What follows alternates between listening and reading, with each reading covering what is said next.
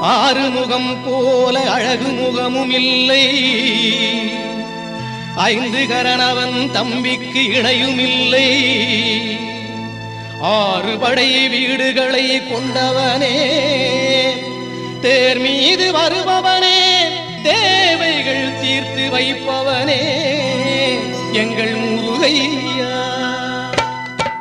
கந்தா உன்னை காண வந்தோமே, கார்த்திகேயன் உன்னை பாட வந்தோமே. கந்தா உன்னை காண வந்தோமே, கார்த்திகேயன் உன்னை பாட வந்தோமே.